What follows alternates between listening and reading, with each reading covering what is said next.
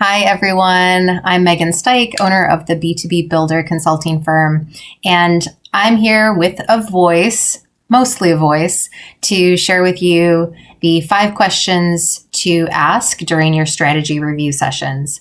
And I'll admit, they're a little bit broader questions than you typically ask in a strategy review, but they're important, and I'll explain why at the end.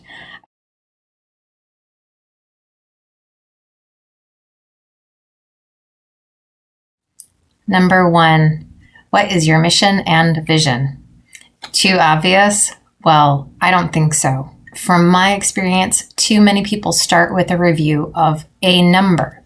What is their revenue goal? How many stores have they gotten into? How many leads do they have? Where are they at on X date to launch? All of these are important to review, but there are many ways to generate revenue, and dates are monitored outside of growth strategy and growth strategy review. If your growth is not grounded in mission and vision, you're going to find yourself lost and distracted, wasting time talking about goals and actions that are misaligned. And the fewer times you talk or look at your mission and vision internally means the more times your team are going to get lost and distracted and spend energy and money and resources on actions and goals, again, that are misaligned.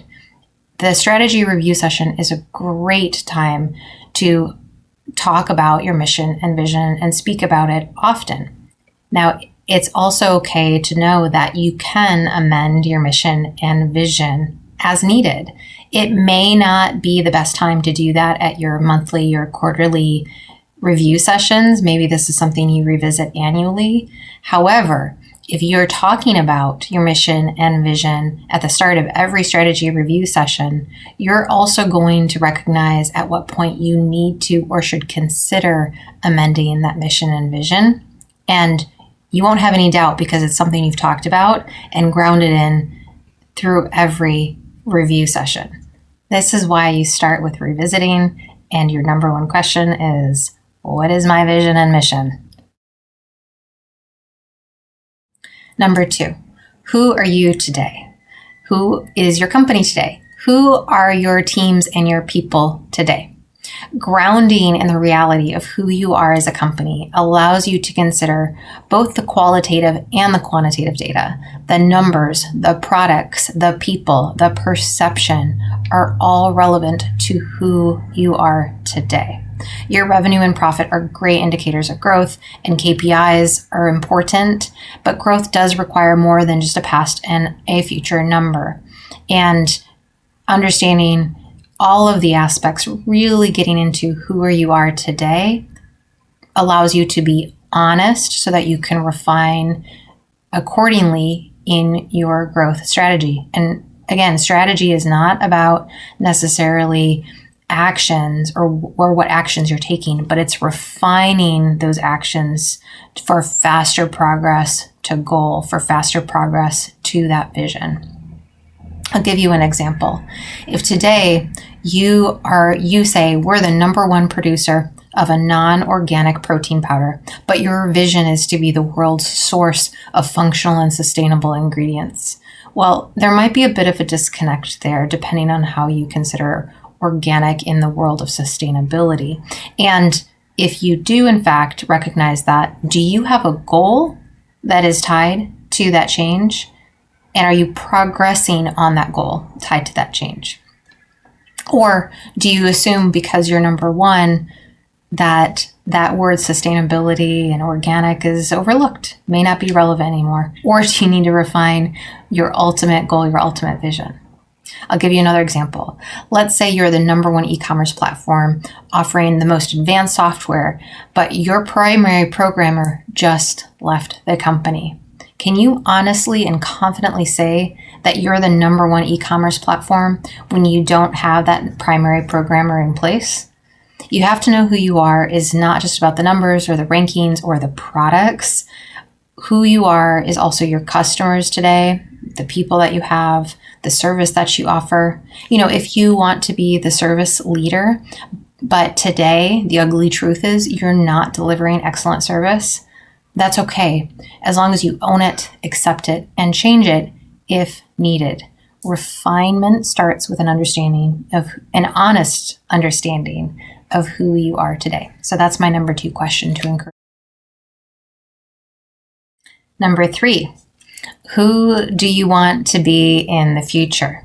Yes, this is relevant to your mission and your vision, but it is more specific. Consider as you set goals, your goals are SMART goals, but I challenge you to consider, again, who is your future self as a company from a place of ownership and ownership across all function. If you asked each person individually, each person within a different division, as well as your executive team or your board of directors, who is your future self?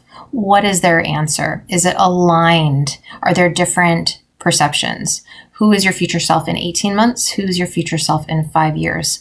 Are they different or are they aligned? And are they ultimately aligned with that vision? The other question is, has your future self evolved since your last review?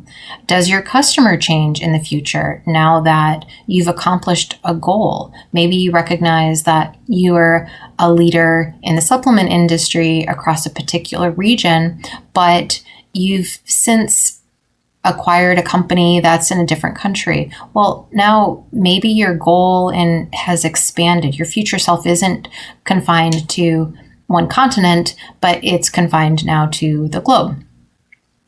So asking yourself of who you want to be in the future, who you are in the future, also gets you thinking about those goals that you're going to review in the next action, and also gets you really measuring for incremental progress. You always want to have that eye to the future.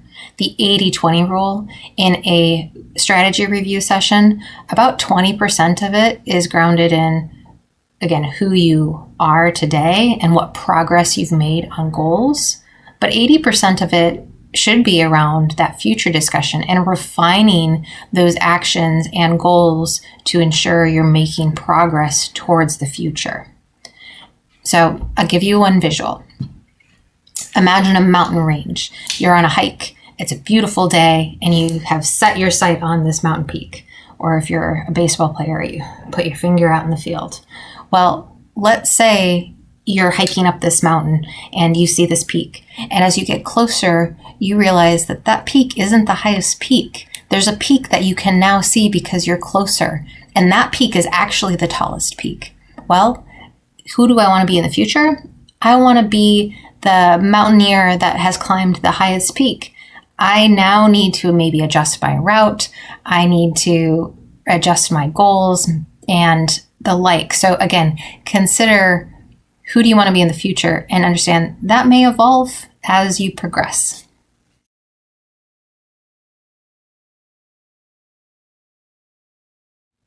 If you haven't yet, please give me a thumbs up if you found this content helpful. Please follow me so that you can get information if it's helpful for you in the future.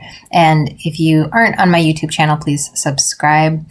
I hope you all have a beautiful day. Thank you.